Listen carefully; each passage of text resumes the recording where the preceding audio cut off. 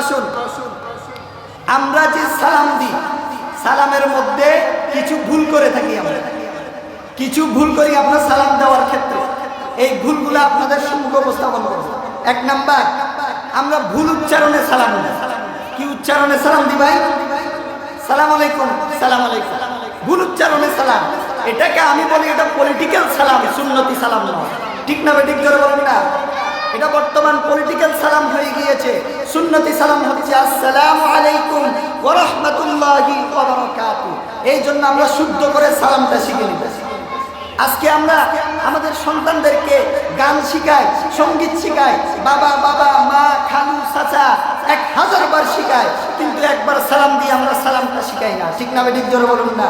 এই জন্য সর্বপ্রথম আমাদের কাজ হচ্ছে সালামটা শুদ্ধ উচ্চারণে শিখা। সালামের মধ্যে আমরা যেই সমস্ত ভুল করি তার মধ্যে 1 নাম্বার হচ্ছে ভুল উচ্চারণে সালাম দেওয়া। 2 নাম্বার হচ্ছে সালাম দেওয়ার পর আবার পাল্টা সালাম দেওয়া। এটা হচ্ছে এমন, আমি আপনাকে সালাম দিলাম আসসালামু আলাইকুম ওয়া রাহমাতুল্লাহি ওয়া বারাকাতুহু, আপনি জবাব নিলেন ওয়া আলাইকুম আসসালাম ওয়া রাহমাতুল্লাহি ওয়া বারাকাতুহু, আপনি আবার পাল্টা সালাম দিবেন আসসালামু আলাইকুম। এটা নিষেধ, এটা সালামের ক্ষেত্রে একটি ভুল কাজ।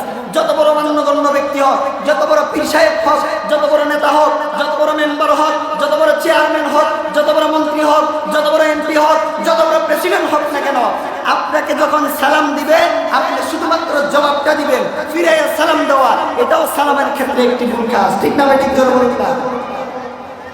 এরপর আসুন সালামের ক্ষেত্রে 3 নাম্বার আমরা যে ভুলটা করে থাকি সেটা হচ্ছে সালাম দিতে অহংকার করা।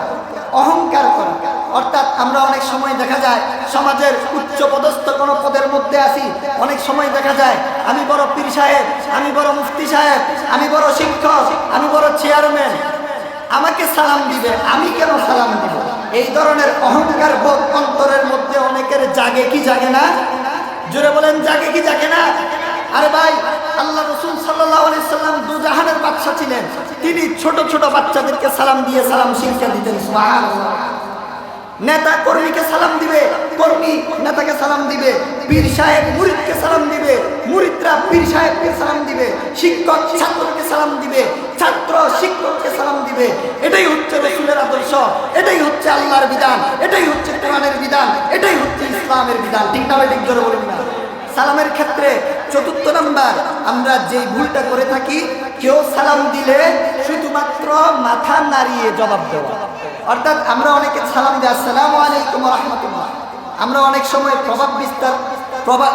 প্রভাবশালী হই, দেখা যায় আমরা মাথাটা লড়াই কিন্তু শুনাইয়া ওয়া আলাইকুম আসসালাম বলি না, সালামের জবাবটা শুনাইয়া দিই না। এটাও একটা সালামের ক্ষেত্রে ভুল কাজ। এরপরে 5 নাম্বার সালামের ক্ষেত্রে আমরা যে ভুলটা করে থাকি সেটা হচ্ছে শুধুমাত্র পরিচিত মানুষকে সালাম দেওয়া। আমরা আজকে আমাদের সাথে যাদের পরিচিত আছে, বন্ধু বান্ধব আত্মীয় স্বজন যাদের সাথে পরিচয় আছে তাদেরকে সালাম দিই, অপরিচিত কোনো মানুষ দেখলে আমরা সালাম দিই না।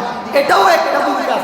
আল্লাহ রাসূল বলেন পরিচিত হোক অপরিচিত হোক সকলকে সালাম দাও, সালামের প্রসার ঘটাও, আফসুস সালাম বাইনাকুম। তাহলে সালামের ক্ষেত্রে যে 5 নাম্বার আমরা ভুল করি সেটা হচ্ছে পরিচিত মানুষকে সালাম দিই, অপরিচিত মানুষকে সালাম দিই না। তাহলে আজ থেকে আমরা যখন এই মাসালা জানলাম, শুধু পরিচিত মানুষকে সালাম দিব নাকি অপরিচিত মানুষকেও সালাম দিব? অপরিচিত মানুষকেও সালাম দিব।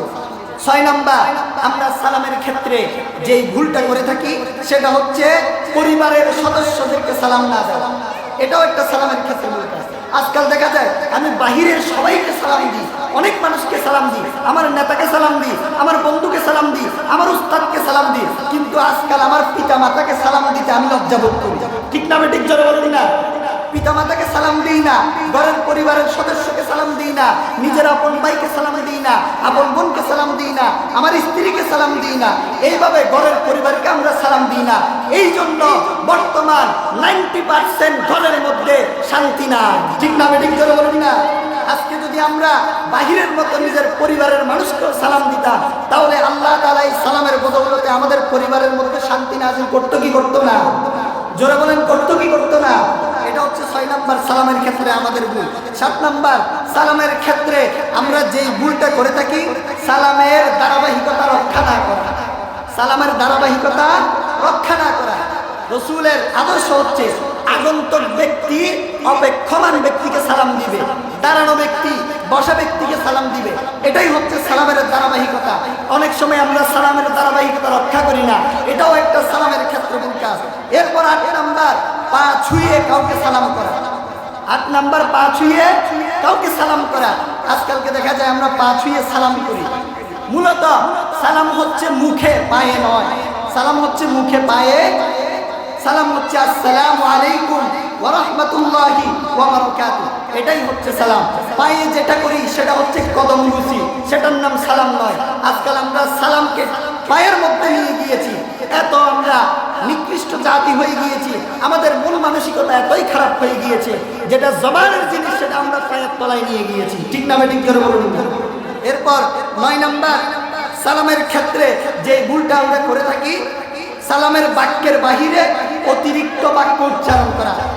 সালাম হচ্ছে আসসালামু আলাইকুম ওয়া রাহমাতুল্লাহি ওয়া বারাকাতুহু, এতটুকু হচ্ছে সালাম। কিন্তু আমরা অনেক সময় মস্কারি করে, অনেক সময় দুষ্টামি করে বলি আসসালামু আলাইকুম ওয়া রাহমাতুল্লাহি ওয়া বারাকাতুহু ওয়া মাগফিরাতু ওয়া জান্নাতু, এইভাবে বাড়াইতে থাকি। এটাও একটা সালামের ক্ষেত্রমূল কাজ।